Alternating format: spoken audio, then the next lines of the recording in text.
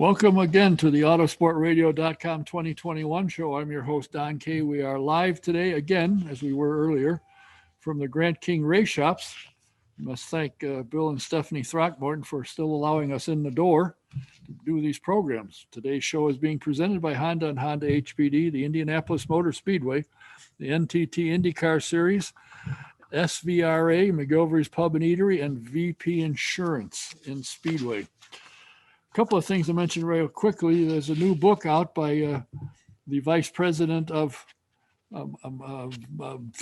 Media for SVRA, Mr. Mark Dill. And it's if you get Mark's Facebook, you see stuff all the time about the early days of the Speedway. He has written a book. It's called The Legend of the First Super Speedway, Battle for the Soul of American Auto Racing.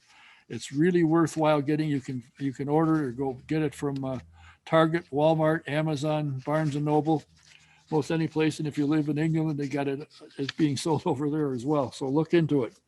Also coming up in May will be the book by Paul Page. It's called Hello, I'm Paul Page. It's Race Day in Indianapolis. It isn't out yet, but you want to get your pre-orders in. You can go to Amazon and Barnes and Noble and order it. It's due out the 1st, so Paul will be strolling around the Speedway with pens in his pocket, ready to autograph. If you are like me and have computer problems, you need the guy that I use. It's A+ Affordable Computer Doctor. Steve Freeves is a doctor, and why is that? Because like in my day, the doctor makes house calls. Should you need it, he will come to you. Give him a call, tell him your problem, see what he can do for you. Number is 317-328-0766. And everybody's favorite doctor's appointment, the dental. Who else? You love it when you get to go see the dentist. Well, I got a recommendation for you, the best there is. The Indy Dental Group, Dr. Jack Miller and Dr. Liz Lewis have the highest rated dental practice in the state. And of course, Jack is a 500 veteran. If you need dental work or you think you need, or you get your checkup, call and make an appointment. Number is 317-846-6125. And if you haven't subscribed to the Classic Racing Times, I highly recommend that you do that. The last paper that came out was a story of George Harrison of the Beatles and his love for racing, IndyCars, and all racing for that matter. So get a chance, go to classicracingtimes.com and subscribe to the newsletter. It's really an interesting paper to read. A lot of great stories. If it's time for new insurance for your home, your car, or your commercial property, get a quote from VP Insurance. They're located at 5004 West 16th Street in Speedway. You can talk to Mike Pardee. Tell him what you have, what you need a quote on, and you'll probably find, like all of us have, better coverage for less money. His number, 317-248-0070. That's VP Insurance in Speedway, 317-248-0070. Have you wondered to yourself, why in the world would these guys and gals get in a car and go 240 miles an hour? Well, there's a way to find out, real easy. Take a ride in the two-seater at the Indy Racing Experience. Just go to IndyRacingExperience.com, find a date where they will be near you, and sign up for or take a ride. You'll love it.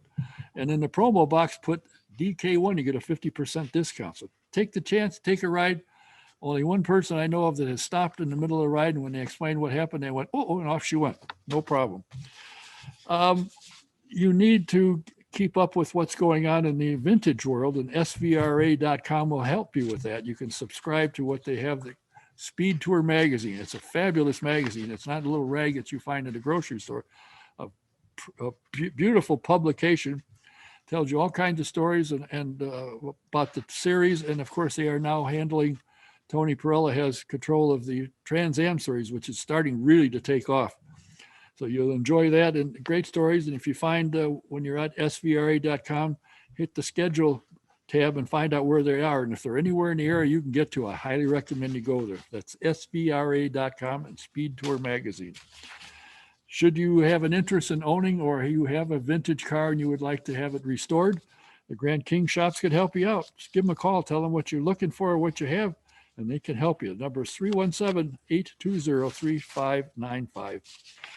My guest today is a young gentleman who has been in IndyCar for a number of years. Last year he drove for AJ Foyt, and he's back again this year. And fortunately for AJ, he brought in a driver who has had good success at Indianapolis.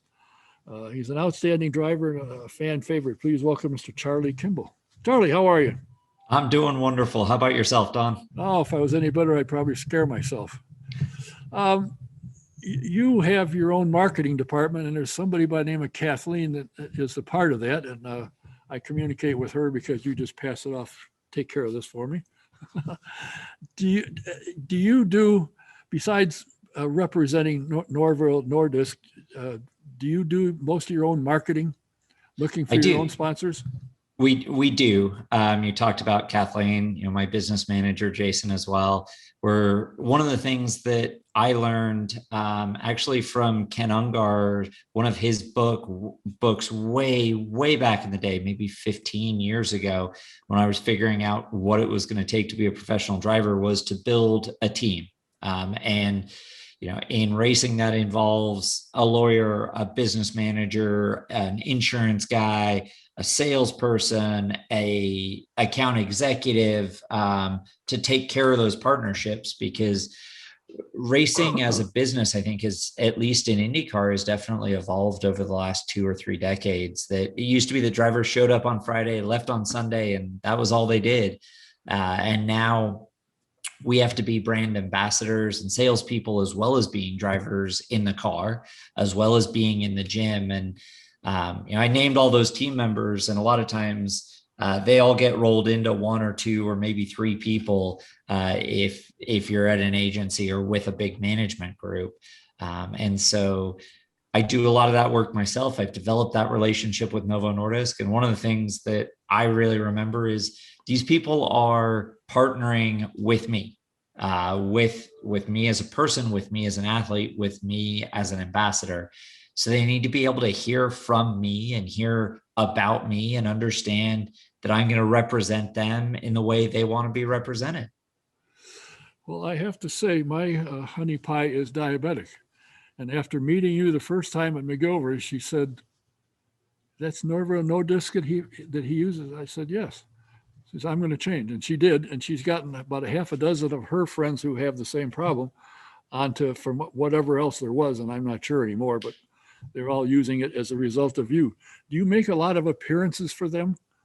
I do. And in the past, I've made appearances, everything from children's conferences to national advocacy day. I partnered with sales reps from Novo Nordisk, with different advocates within the diabetes community, to go on to Capitol Hill and talk to legislators, Congress people, senators about living with diabetes, those challenges. In fact, as part of the JDRF's advocacy day, there's a photo of myself and a lot of young people with type 1 diabetes with our current president in the middle. So it's one of the photos I look back and how neat to get that experience as a guy who sits down and wears a helmet at work on. You don't expect to be on Capitol Hill very often. Well, I think, it's interesting. And you mentioned back 20, 25, 30 years ago, you're right. The teams had the sponsors and they hired the driver, and driver would show up on Friday and he packed his clothes, get on a plane and leave Saturday or Sunday. But that's totally changed. In fact, if I remember right, there's a driver who has won the 500 twice, who at the end of his career said, "I got to do things I've never done before." I said, "What's that?" He said, "I got to find sponsorship. Never done it before. I've always had, the team." So that part of it's changed. Are you finding at this particular time, if you're knocking on doors, it's a little harder to open, or are you well known enough, or is the series well known enough that you could at least get into talk? Well, I think IndyCar as a series is growing tremendously. You see that with the broadcast coverage from the NBC group that just came out, record number of races on network television. That they don't do that because they want to, out of the goodness of their heart. It's a business decision, and the fact that they expect to get good audience numbers and therefore be able to sell good advertising and make money through advertising is an indication to me that the series is coming up. I think full-time cars on the grid this year is going to be up. I think there's every likelihood we end up with bumping back at the Indianapolis 500 this year. And I think that's, again, a great indication. So when I'm making calls, people know, they've always known about the Indy 500. but they know about the IndyCar Series as a whole. They know about my history a little bit more. I think it's maybe more uphill at this period in time just because of the economy, the pandemic, the global uncertainty about how live sporting events are going to work the next 3 months, the next 6 months, the next 12 months, the next 3 years. There's still some question marks because of the unprecedented last 12 months around the world. You have signed to run for AJ this year again, and that's got to be an experience in itself, just driving for AJ Foyt. He has done it all. He's won it all. The only thing I think he didn't win was in a dragster, and I'm pretty sure he never did that. But other than that, he's won at everything else. What's it like driving for AJ? That's an incredible experience. AJ Foyt, as you said, has won in just about everything he stepped foot into. The first 4-time winner of the Indianapolis 500. Having a legend like that, whose name is on the door of the race shop when you walk in to go to work, it adds a little bit more gravitas to the job at hand. And I didn't say pressure, because I've always felt like I put pressure on myself to succeed more than any external pressure I could find, or feel for that matter. But when you drive for AJ Foyt, I think you want to win for AJ Foyt that little bit more. And you hear and feel that from the mechanics, from the engineers, from management, from Larry, especially, and Scott Harner. And so it's about doing everything we can as a team to succeed for AJ. And that's really pretty special. Now you're driving the 500. What other events are you going to be able to drive, and are you looking to expand? If you find sponsorship, will he say, sure, we'll run 4 more races, no problem? Well, I've always said I have helmet, will travel. At the moment, I'm planning to be in the number 11 Tresiva Chevrolet for AJ Foyt Racing at the Indianapolis Grand Prix to kick off the month of May, and attempt to qualify for the 105th running in the Indianapolis 500. Other races that I'd love to be a part of, other than all of them, I would say all of them if I could, but the Grand Prix at Long Beach, being a part-time schedule in 2019, it was sitting at that race and not being in the car really motivated me to get back full-time last year, and then it didn't happen. I think the West Coast races, Laguna Seca, Portland, Long Beach, are always huge on my list. The Toronto Grand Prix, where I got my first podium, is high on that list as well. Is there any chance that you will get a couple of high on your list appearances this year? Are things looking in that direction? We're still working on things, trying to put the puzzle pieces together. I've always said putting an IndyCar program together is like building a 3D puzzle, that what you're building is always changing, and the puzzle pieces you're using to build it change every time you pick them up and put them back down. So it's a moving target, but there's some good things in the work. I'm just hopeful something comes together. And if it doesn't, I've got 2 races and I got a chance to win the biggest race in the world for AJ Foyt, which is pretty special. What is it? You had quite good success at the Speedway. Why? I love it. I think we all love it. I guess that's maybe not fair. I do think the month of May, it's not a full month anymore. I realize that. And there isn't quite as many practice hours, and there's not different cars and engines to run through, but we still have 4 days of practice and 2 days of qualifying and carb day and race day. And a 500-mile event, I think, is a different mindset, especially with that amount of track time. It's easy to get lost. It's easy to go down a rabbit hole that doesn't lead anywhere.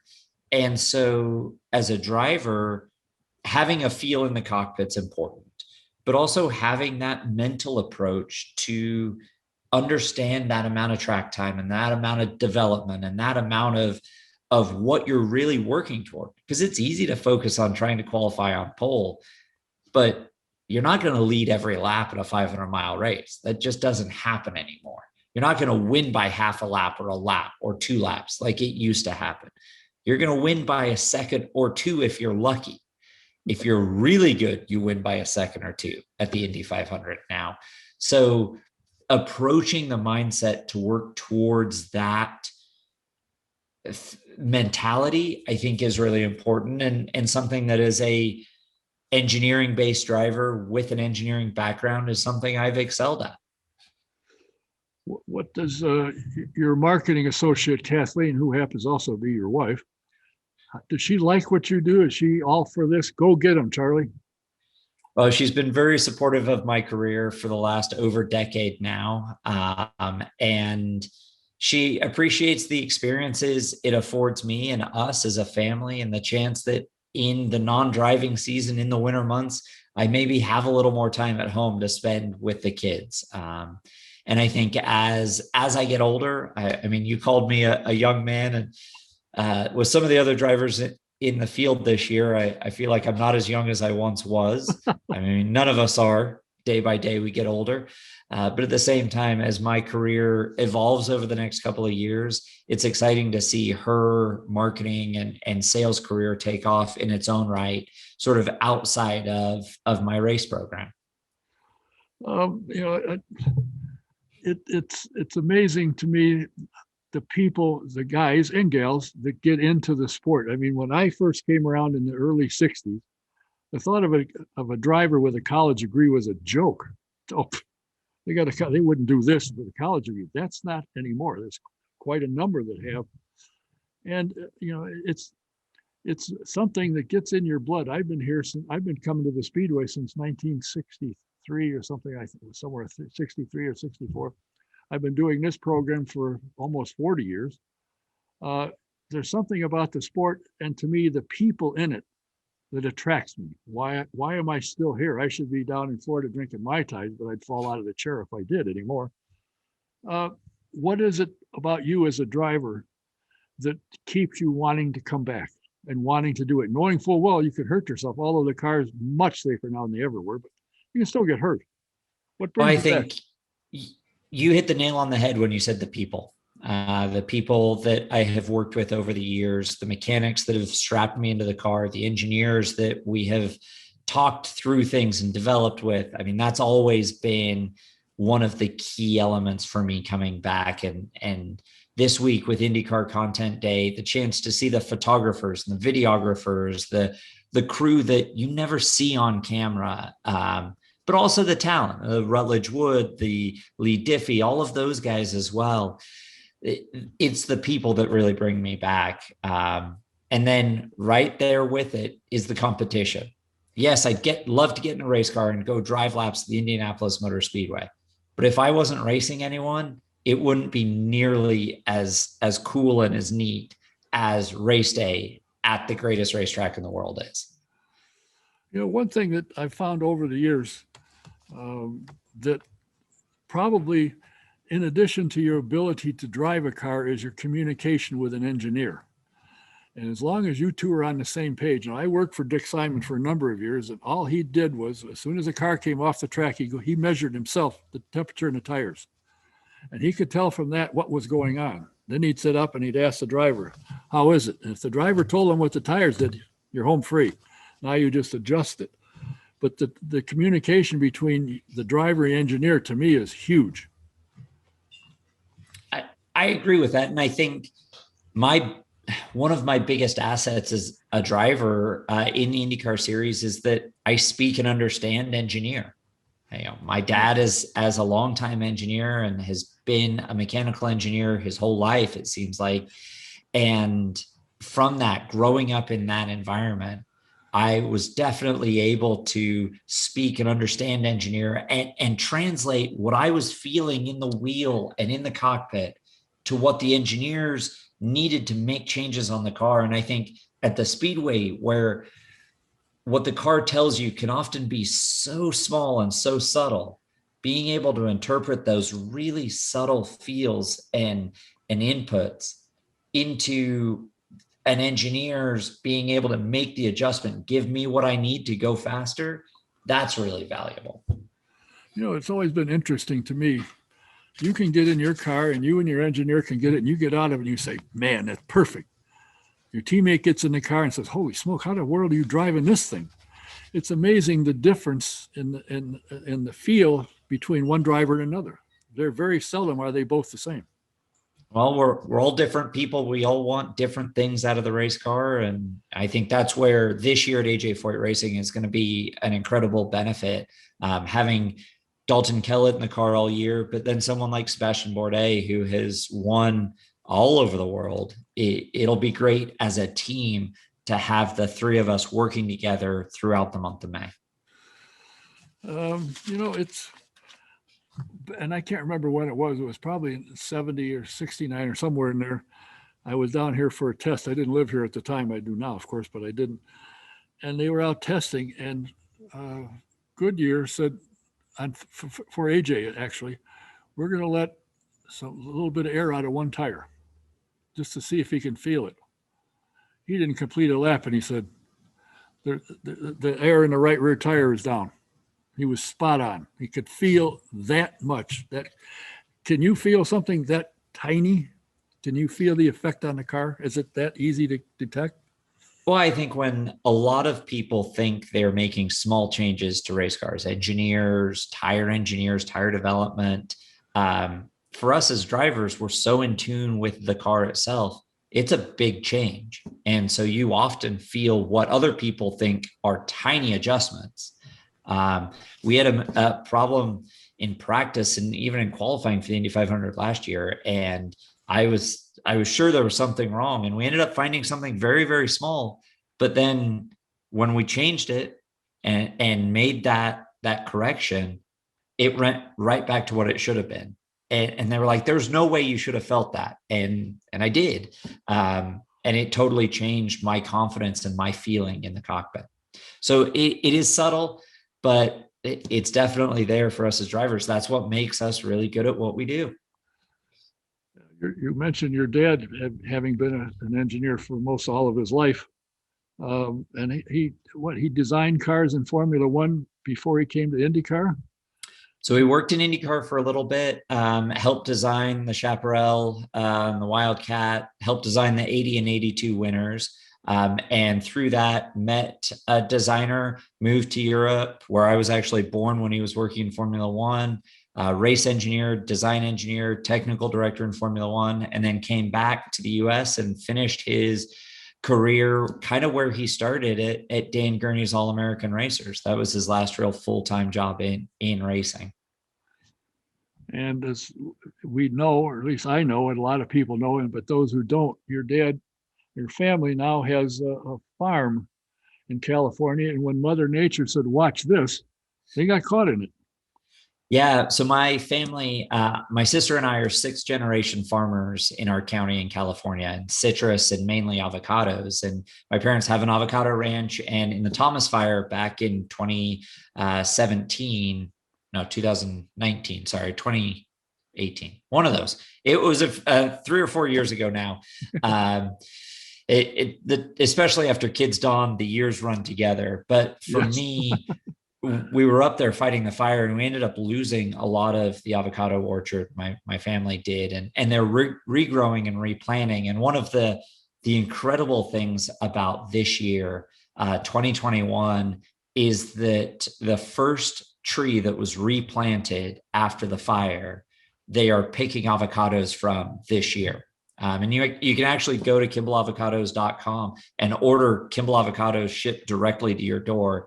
And my sister picks them, packs them, and ships them. And so you get this incredible fruit, essentially fresh off the tree, straight to your door. That was going to be my question. After losing so many, and as you and I were talking prior, they replanted about 12,000 or somewhere in there, between 12 and 15,000. And the trees that they planted 3 years ago are bearing. That was going to be my question. How long do you wait for them to bear fruit? Obviously not that long. Well, usually it's 5 to 7 years, but I think because of my dad's engineering in agriculture, irrigation, planting density, rootstock, crop amendments, things like that, they're bearing fruit sooner than a normal traditional avocado grower would, which is a testament to the effort that my sister, the men on the ranch, my mom have put in. It seems like sun up to sundown since the fire came through, just about 3 years ago now. And here they are out planting 15,000 trees, give or take. And here's Charlie at the gym working out. How does that go over? Well, we spent a few months out there right after the fire, Yeah. and let me tell you, there's no harder work than being a farmer. It's especially out there up and down the hillside, moving rocks, moving trees, moving irrigation equipment. It was a huge community effort to get started on the rebuilding, and it just hasn't stopped. If and when you, in probably 10 years, decide it's time to take the helmet and put it on the shelf or on the mantle, actually, will you go into farming? Will you go into the avocado business? I'd love to be there to help. My sister is assistant range manager now, has taken a lot of those duties and helped my dad through that effort. I'd love to move back to California. My wife and I have always said that's where our roots are, is in California. We've grown and blossomed here in central Indiana, and we love Indianapolis. But home, I think, will always be California. And I don't know what I do when I get back there, because it's a lot slower.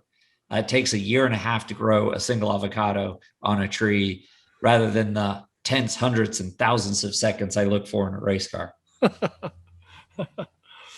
Was there ever any doubt in your mind growing up with your dad's involvement in motorsports? Was there ever any doubt in your mind that you would be involved one way or another, be it a driver, an engineer, whatever? Once I got exposed to racing, no. Once I realized it was in my blood and that's where I felt the most alive, then I knew I wanted to be at a racetrack one way or another. And, I love sharing my stories. I love talking with you, Don, and talking about racing. And it's because I just love it so much. And I'm excited about this year, and I can't wait. Honestly, one of the biggest things I missed from last year is I can't wait to see fans back in the stands in some capacity or another at the Indianapolis 500. Well, I've been told that Roger says it will run May 30th, period. If there's 300,000, 400,000, fine. If there's 30, fine, we're going to run it. So that at least you know where you'll be in May, during May. Let's hope so. Well, hopefully you'll get a couple more, pick up some sponsorship, running at least another 4 or 5, 6 more races. You've got a lot of fans. A lot of people follow you. A lot of people talk about, I hear it quite frequently. In fact, I said to someone the other day, I'm trying to line up, oh, good. Let me know when he's there. He's going to be back. He's driving for AJ again. Yes, that's true. So do you get recognized around town when you go out? Sometimes, more in May than any other month. It is my favorite season living here in Indianapolis is the month of May. Sometimes, but honestly, a lot of fans are, I think, very respectful. I think they notice me and recognize me. A lot of times when I'm out to dinner, or used to be out to dinner with my family, or out on walks with my family, and are very respectful about it. And frankly, I'd love for them to come up and say hi. And I think sometimes I'm so grateful for the respect that they show, the time that I get with my family. But I also understand that, racing and doing what I do, it's part of being recognized and being known. Well, I think you've got that covered. And as I said, after my honey pie heard you talk when you were on a show one night, this was 4 or 5 years ago, I think, at least, if not more.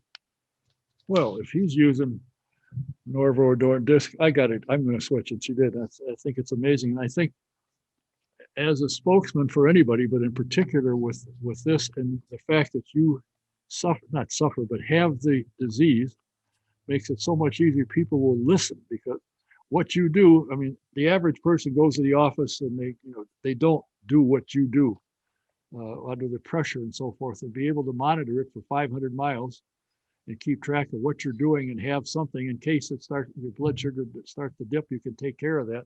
I think it's amazing. And I think it's something a lot of people need to realize. Your life isn't over if you've got diabetes.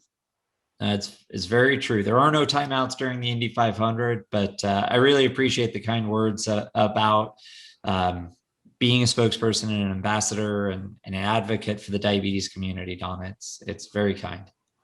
And what gym do you apply your trade in? Well, I train with a lot of the IndyCar drivers at Jim Leo's Pit Fit training here in Indy, and it's seems like, especially in the cold of the winter, they seem to push us the hardest, which is when we make the most gains. But I appreciate you having me on, Don, once again. And I look forward to seeing you at the track when it gets to be a little warmer during the month of May. Will you be out to test in April? I'm not sure if that's going to happen at the moment. I will be there. I'm not sure I'll be in a car quite. Oh, you need to be in a car. Come on. Well, maybe you could call AJ and make that happen for me. I'll call and mention it to Larry. He'd be thrilled to hear from me, I'm sure. I'm sure. Well, I appreciate your time. Enjoy your family while you've got the time. I look forward to seeing you in May for sure. Absolutely. Thank you, Don. Thank you. My guest has been Charlie Kimball, driving the number 11 car for AJ Foyt Racing. He will be at the Speedway in May, and hopefully he'll pick up a couple more races during the year, particularly in California. We will be back again very shortly, so our programming is back up and running again. I'll let everybody know that it is, and if you're hearing me now, you already knew that. Until the next time we come to you, this is Don Kay from the Grand King Shop saying thanks for listening, thanks for watching. See you next time. Good night.